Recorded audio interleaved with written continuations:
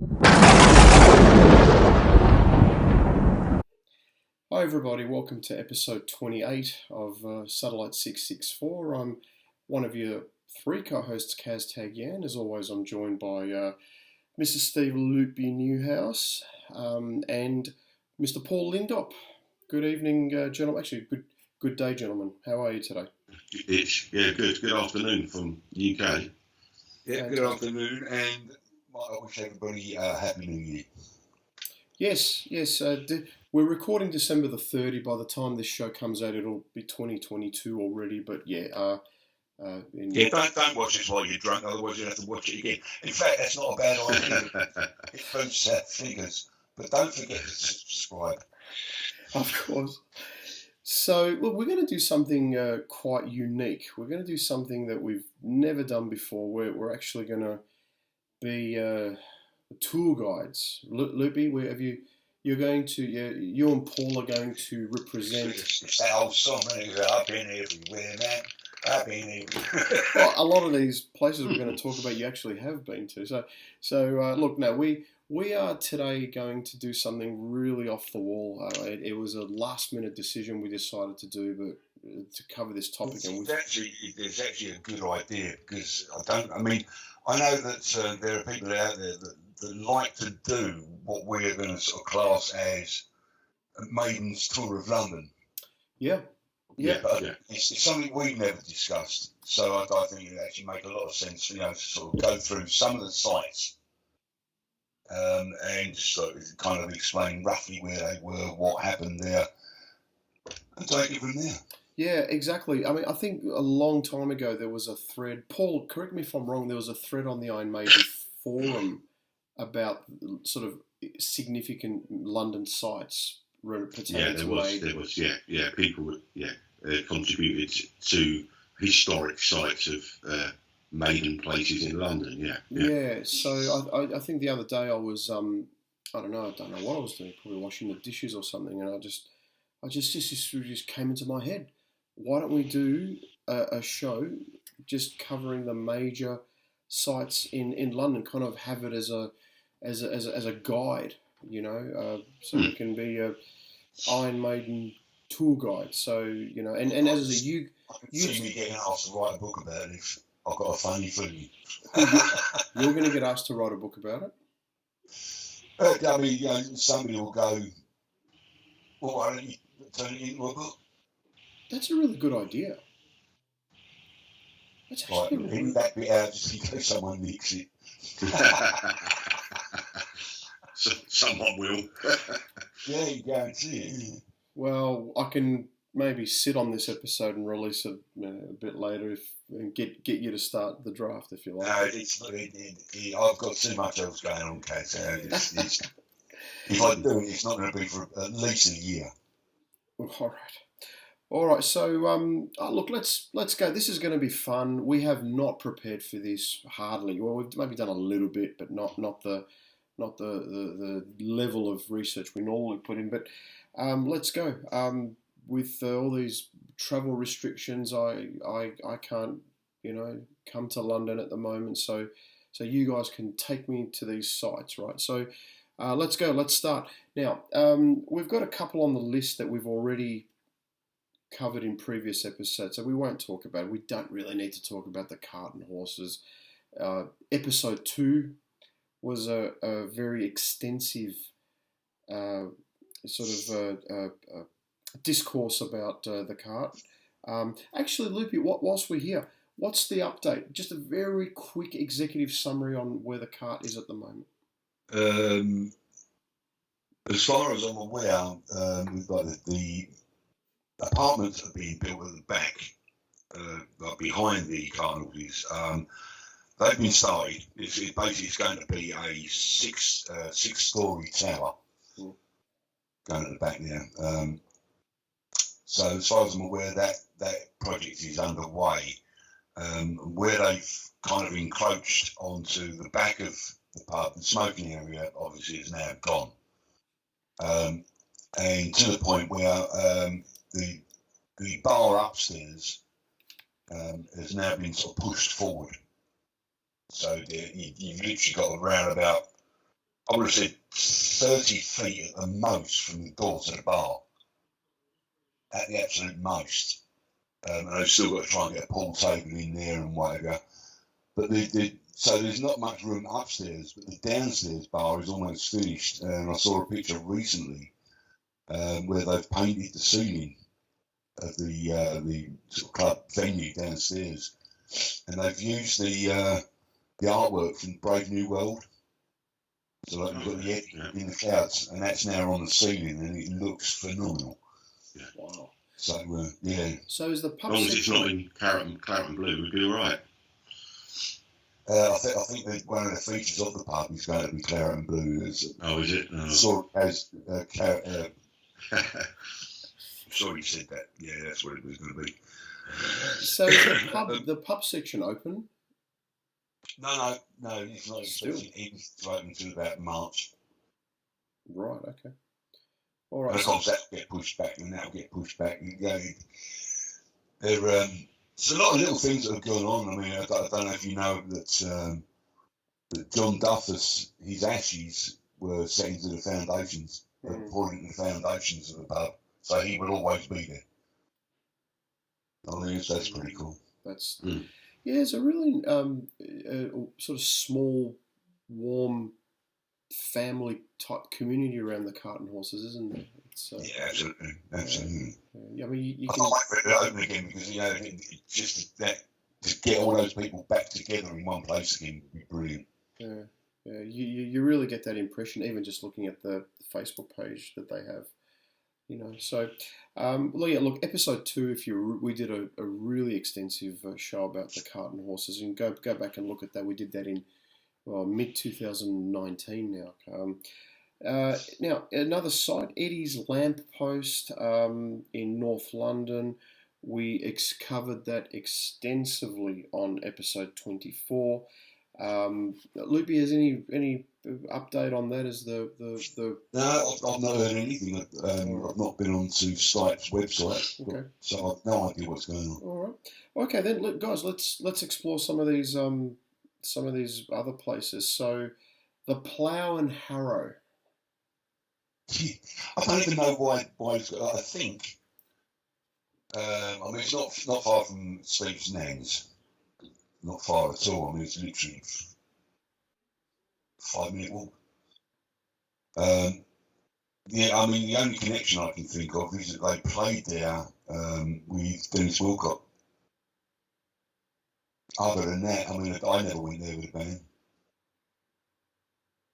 So I can't add much to that, but okay. I'm sure that there was something in Steve's diary on the early days, part 1 DVD, with that, whether that was the Plough and Harrow. Probably have to have a look back on that, but I think you're right, Loopy. I think it was Dennis Wilcock's era that they played the Plough and Harrow. Yeah. I mean, I went there. It's got to be about 4 or 5 years ago. It was before Burfest started. And that's where I first met Andy Holloway. I know Darren Witt was there, Phil Cole. There was quite a few people sort of turned up. And it's the first time I've met any of them. And that was all due to, I think it was Air Force's first reunion gig or something. Oh, right, yeah. And Dennis Wilcott turned up. And I sort of said hello to him. I knew who he was, but he obviously didn't know me at the time. But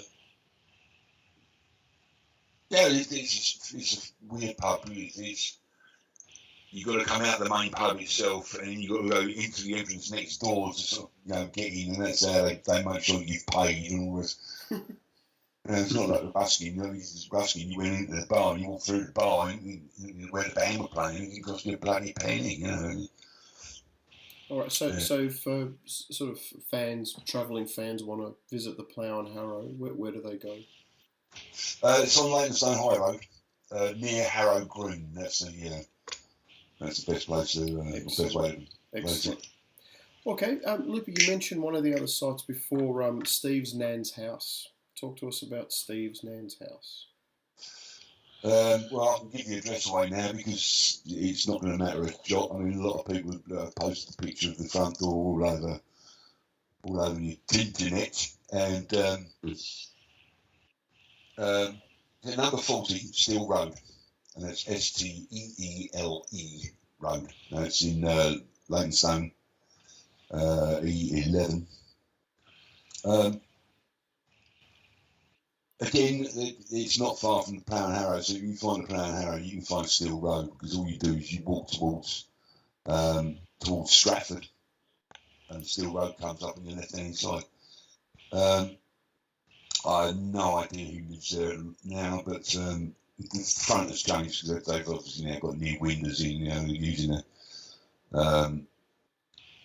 using like a PVC double glazed windows, and it's taken away a bit of the character when you had the old split windows like before. We used to store all the band gear in the front room downstairs.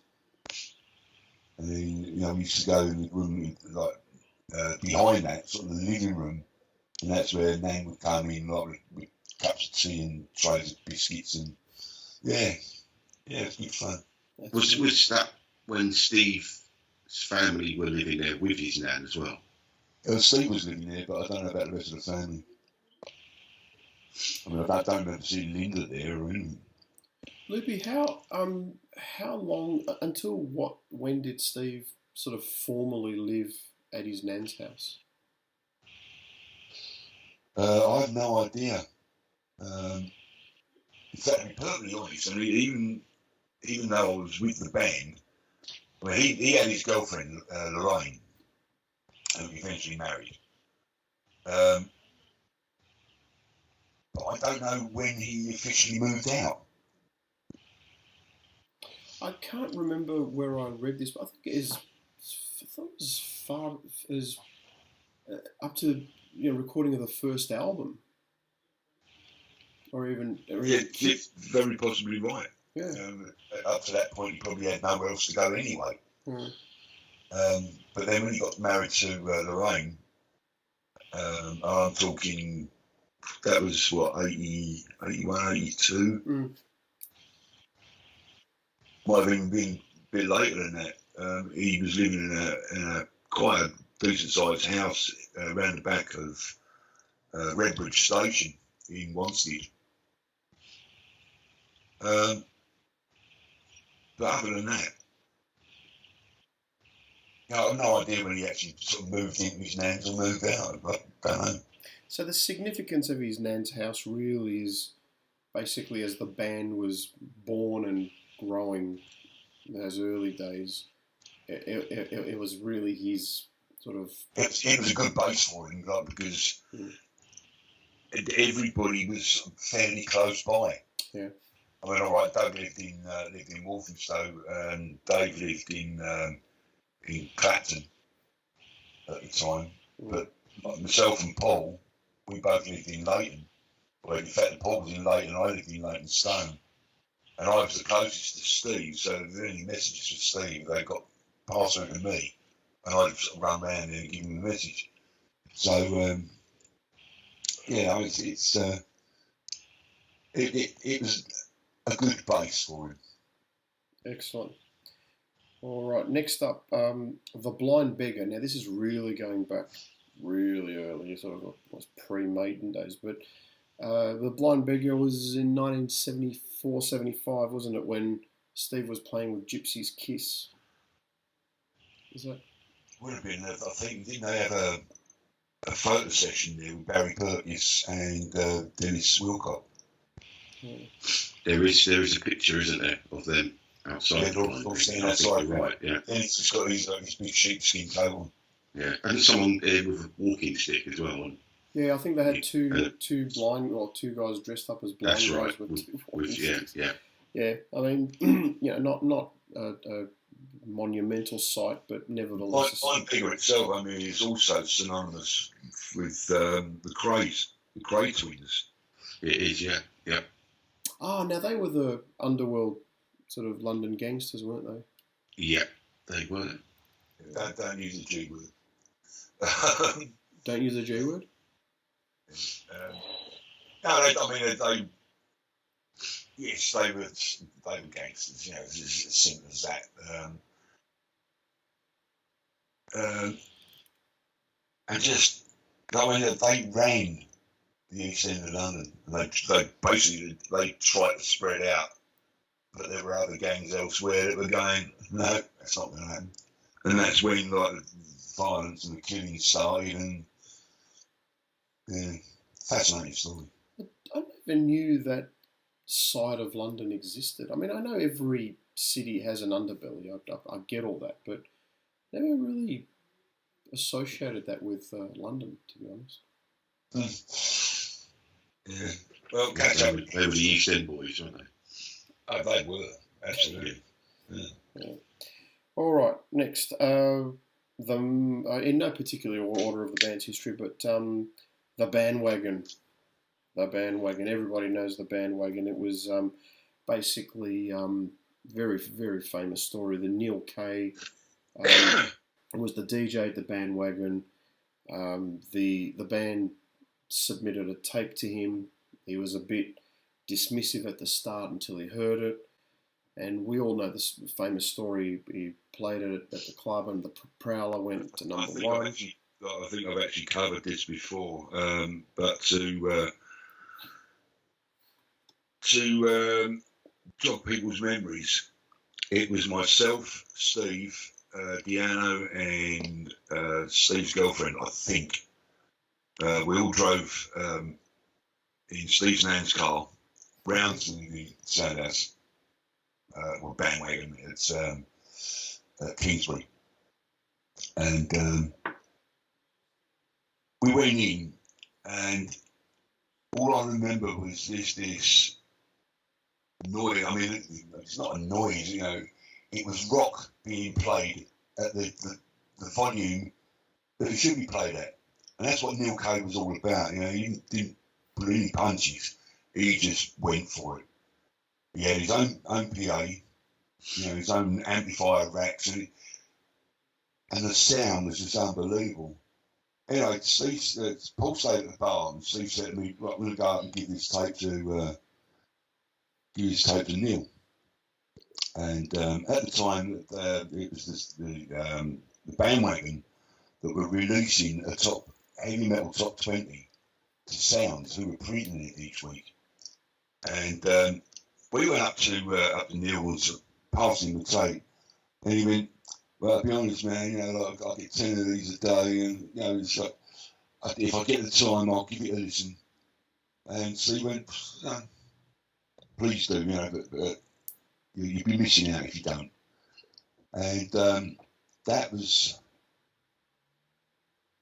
I can't remember what night that was, but within 3 days, my phone rang, because there were 2 numbers on the cassette case. It was my number and Steve Harris, and my phone rang, and it's Neil Kay going, "Oh man, I've just listened to the tape."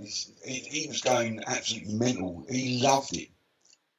And I went, "Hang on, you're talking to the wrong Steve." I said, "What do you want us to do?" And he said, "Right, I want you guys to come and play this weekend." Okay, I'll go and get the other Steve, and we'll call you back. So I took his number down, and I ran as quickly as I could round to Harris's place. And I told him Neil Kay had been on the phone, and they wanted us to play at the Bandhouse like this weekend. And Harris went, "Oh fuck, oh fuck, oh fuck," and he just did that about 40 times. And he went back, he jumped in the car with me, and we went back to my place, and got on the phone to Neil, and he was on the phone for about 10, 15 minutes. And he said, "That's it." He said, "Like, we've got a gig booked for this weekend." Anyway, we were in rehearsal studios, and that's when it all sort of got turned upside down. It was Doug, being probably the only sensible one at the time, went, "We're not ready." And he was right. You know, it was another couple of months before we actually started gigging, because they just weren't quite ready. I think if they had gone out and started gigging then, when Neil Kay had asked, Phantom of the Opera would probably never have made the first album because it was nowhere near finished. Wow. Yeah, it's just little things like that. It does make you think.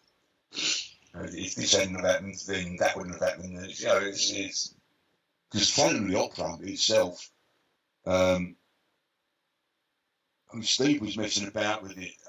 Yes, they played it before, but Steve was messing about with it and trying to get Paul introduced to the song. And there were so many time changes and all the rest of it, and trying to sort of get used to it. But also, Doug was relearning it as well. So that just went on. I think it was about 6 months it took to actually get perfect. It's a very complex song. A very complex song. Yeah, absolutely. And it just underpins the fact that Maiden were a progressive band from the word go. Yeah. So going back to that, the bandwagon, that was where Cod first came on the scene, wasn't it? Because he was a regular at the bandwagon. That's right. Back in those days, and I'm sure that he was really good friends with Neil Kay at the time, back in those days. And also you had the Rob Loon house as well, didn't you? With the cardboard cut-up guitar. Yeah. And digression a little bit, I remember Cod telling me a story once that Maiden were playing with Samson down in Guildford, and Cod took one of Loon house's cardboard cut-out guitars with him to the gig. And Bruce actually nicked it from the dressing room and used it in Samson, because I think that Samson was supporting Maiden on that show. No, Bruce, or was it the other way around? Yeah, Maiden's Bruce nicked the cardboard cut-out guitar and broke it. And I remember Cod telling me I know it was only a cardboard cut-out guitar, but the dilemma of telling Rob Loonhouse that one of his cardboard cut-out guitars, he just went, it's all right, man, I'll just make another one. So it literally another little bit of a history that came from the bandwagon. He made one out of hardboard in the end, and that was the one he used at the Rainbow. That's right. Yeah. Paul, Cod is quite a legendary figure amongst sort of Iron Maiden fans. We've mentioned a few times, or as in you've brought him up. Now we speak about him on sort of off air. Could you just tell everybody who Cod was and how long you knew him and all that? Yeah, Cod. Well, Lukey obviously knew him longer than I did. I knew Cod for over 30 years. Yeah, Keith Chadwick was his real name. Ardent Barnet supporter. He actually lived. First time I ever went to his house where he lived there on the same road as where Barnet Football Club was. At the time, we used to have these infamous summer barbecues that got a bit messy. But no, he was originally a bandwagon guy. He and his friends all went to the bandwagon for the rock nights. And then when Maiden started playing there, he struck up a bit of friendship with Dave and Steve. Mainly Dave was his friend. He would literally go to all his shows. He would drive them around, do stuff as well with the guys. And he was a legend amongst Maiden fans. I think Birmingham Odeon '83 World Peace Tour. They presented him with on stage. I think it was a cup or something to mark his 100th Maiden show. Wow. And then in Donington '88 was his 300th Maiden show. And I know, speaking to him, I saw him at the O2 in 2018, a couple of months before he sadly passed away, and he was at over 500 shows then. So he was like back in the 80s, he was like an honorary road crew member. Wow. He would literally be on the road with the band, travel with either the band or the crew. He was like, people who knew what he was like. He was one of the most down to earth guys you'd ever meet. Generous to a fault as well. He was. He was always around. Always around. Yeah. And even when I went to see Maiden abroad, he was always there. He rang me 7 o'clock in the morning once. And I said, what are you ringing me this time for? He said, well, I'm at a show in New Zealand. This was 2009. Do you want a T-shirt? Yeah, of course I do. Yeah, cheers, mate. He did. I know he did Australia 2008, New Zealand 2009. I know he did South American shows in the early 90s. He went everywhere. Yeah, literally everywhere. Paul, was he travelling overseas, say Europe, for example, even back in the 80s, or was he mainly just... Yeah, because in those days, is it correct? Would it be correct to say it was rare, or I won't say unheard of, but rare for fans to travel? It was. I know him and Nick, who's one of his best friends. Nick actually did the eulogy at his funeral. I remember seeing photos and them telling stories about how they actually drove to Paris. I think it was in 81 to see them. I've seen them on social media, pictures of them on the ferry and driving here and stopping there and being at the Eiffel Tower and stuff. And I'm sure it was 1980. Yeah. Might be 81. This is the whole... 80, that would have been the Kiss tour. Yeah. It was definitely 81, yeah.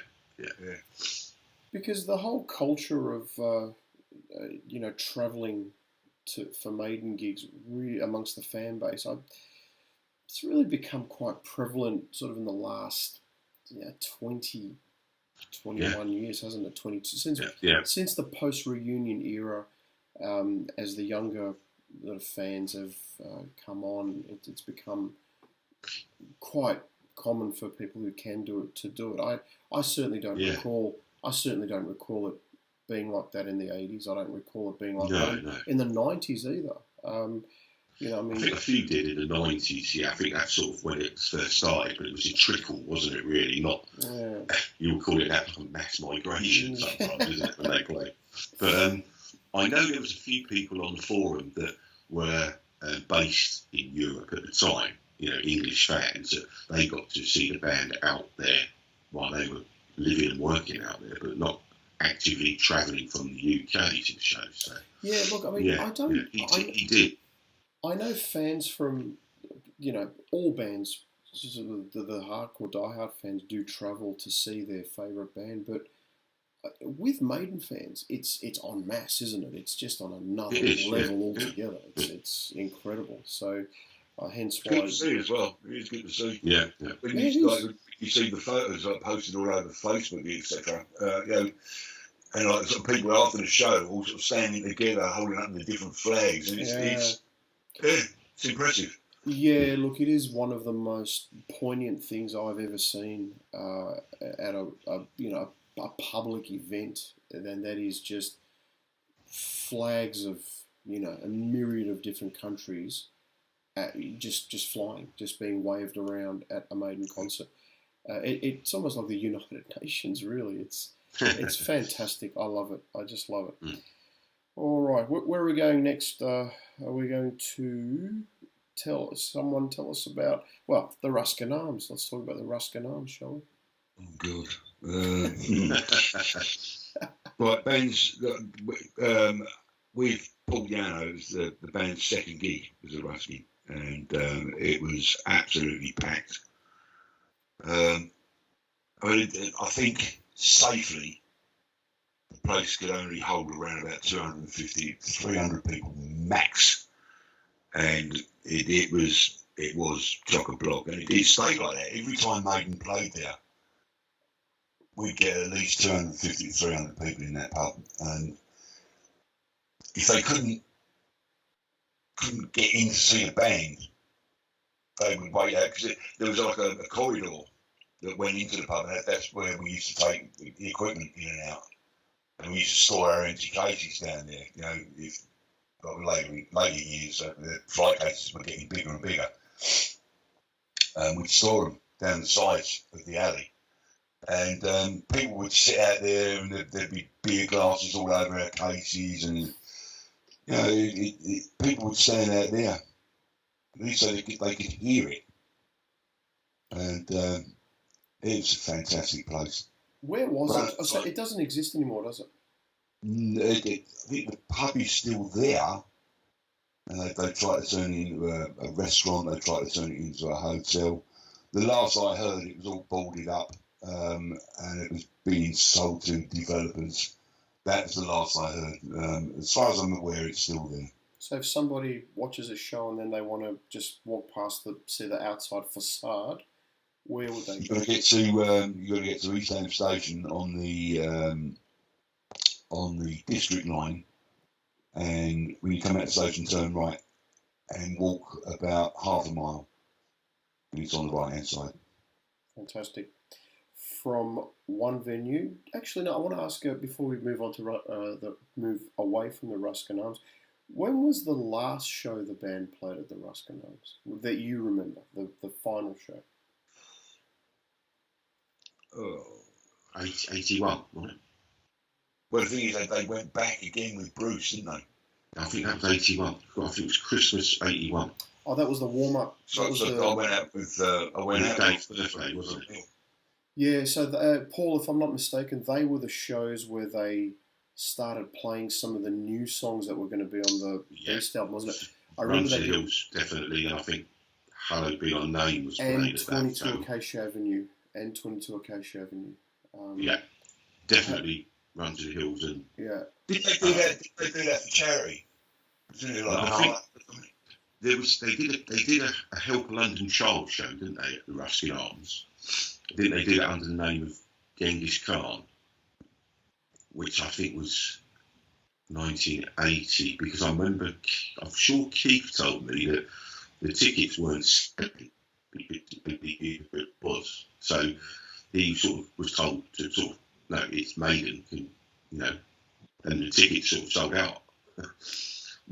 Whether that was 80 or 81, I know they definitely did like Help a London Child or Child Line or something like that for a Ruskin Arms show. But I think the last time they played there as a band was 81 December. Yeah. No, I think you're right. No, I think you're absolutely right, Paul. I think they did the Breaking in Bruce tour in Italy, and that's then right. Yeah. December, just a few days before Christmas, they did a run of shows, a few shows at the Ruskin Arms, and they effectively, it was the warm up to sort of showcase a few of the new songs. Like you said, Run to the Hills. I definitely know 22 Acacia was played. I mean, I have the bootlegs, so that's sort of what I remember. Bootleg. I've said to you, you laugh, Loopy, but I say bootlegs are a real nice sort of, you know, historical kind of time capsule of the band's life history. Absolutely. Yeah, it's great. I love it. Let's go from one venue. I'm not a fan of bootlegs, I've got to admit. I'm not a fan. Why? Because 90% of the bootlegs I've heard are so bad, quality-wise. I mean, I've not listened to a decent bootleg in a long time. I agree with you. Look, I agree with you. There are some that are just appalling, okay? But I'll tell you what, go and listen to, and everybody watching, go and listen to a couple of the following shows. Oxford, 1986. Budokan, Tokyo, 1987. Chicago, 1987. And, you know, those recordings are so good. I've got the... Are they guest recordings or recordings from outside? No, they were audience recordings, but they are so damn good. They may as well have been live releases. I'm really serious. Oh, right. Yeah, I've got Paris 86. Oh, that's soundboard. Yeah, that's soundboard. Yeah. Well, I've got that on DVD. I've got the Yes, DVD of that's the right. show. Yeah, that was It's really, really good. that was filmed by the Fan Club, I think. Ipswich 1983 is also an Yeah, absolute cracker. yeah, I've got that. Yeah, got that. Yeah, Edinburgh 83 is a good one. I've got some 82 ones as well. 81 and 82. Yeah, I think Bristol 82 is a really, really nice gig. So Yeah. yes, there are some quite bad audience recordings, but the ones that I've named, I just recommend everybody, if you can get your hands on them, have a listen. They are great. I think Wembley 88 is a good one. And you know what? They're not edited. You hear all the mistakes and Bruce's rants and all sorts of stuff. They're actually really funny. The Ipswich one is, the Ipswich 83, where he rants on about Frank Herbert. And Land, yeah. That's right. I think Hammersmith 83, I mean, you guys were there. Hammersmith 83, he was talking about the FA Cup, wasn't he? Because at Chelsea or Arsenal won, I can't remember, but he was, no. No, that was, where he was going on about the FA Cup from, I can remember, was 93, Birmingham NEC, where Arsenal were playing Sheffield Wednesday in replay on that night. Because I went to the Saturday final, and at Wembley. I went to see Maiden at Wembley Arena on the Monday night, and then NEC on the Thursday, which was when the replay was, which we're going to touch on the 92-93 episode that we're going to do. We are, yes, we are. See, football and Iron Maiden are just so intertwined. I think we just have to wear our football kits one day on this show. But now, going from one venue to another, the Marquee. Yes, never went to the Marquee. No? Never went there. Where is it, Loopy? Or where was it? It was two, wasn't it? Well, no, I mean, the old original Marquee was in Wardrow Street, number 100, which is now a swanky, posh restaurant. And you have to have, like, they do have a dress code, so you've really got to dress up and get in this place. But what they did was they actually knocked the old Marquee down to build this restaurant. It's on the same site. Oh, gee. And one thing I did notice, like, to get to the Marquee, the easiest way is to go to Oxford Street station, come out of Oxford Street station into Oxford Street itself, turn right, and it's about 3 turnings down. Wardlaw Street is on your right hand side, and then you walk down, and the Marquee Club is on your left.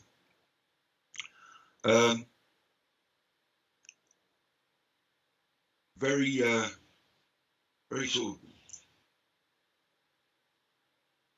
very small entrance.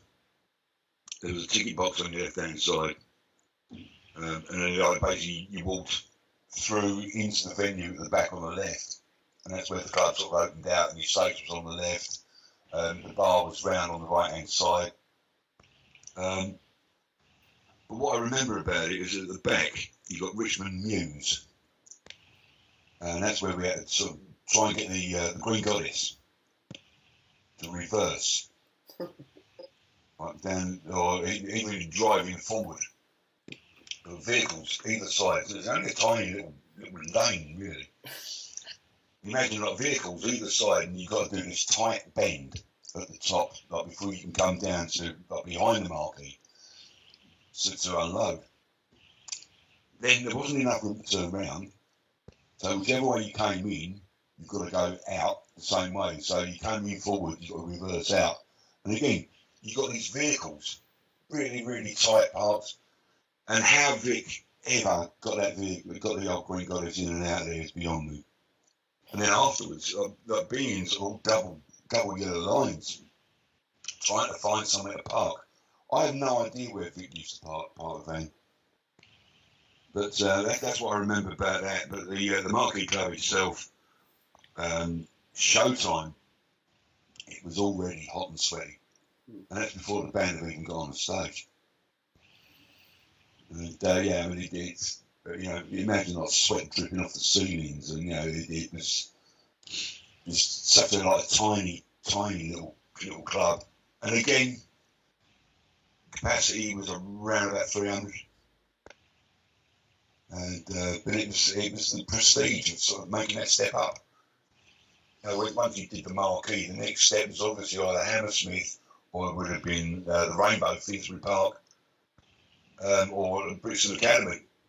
It was just the natural step. Mm. Yeah, so the most important, so they were playing there in 79, 80. Yeah. That was that era, weren't they? Yeah.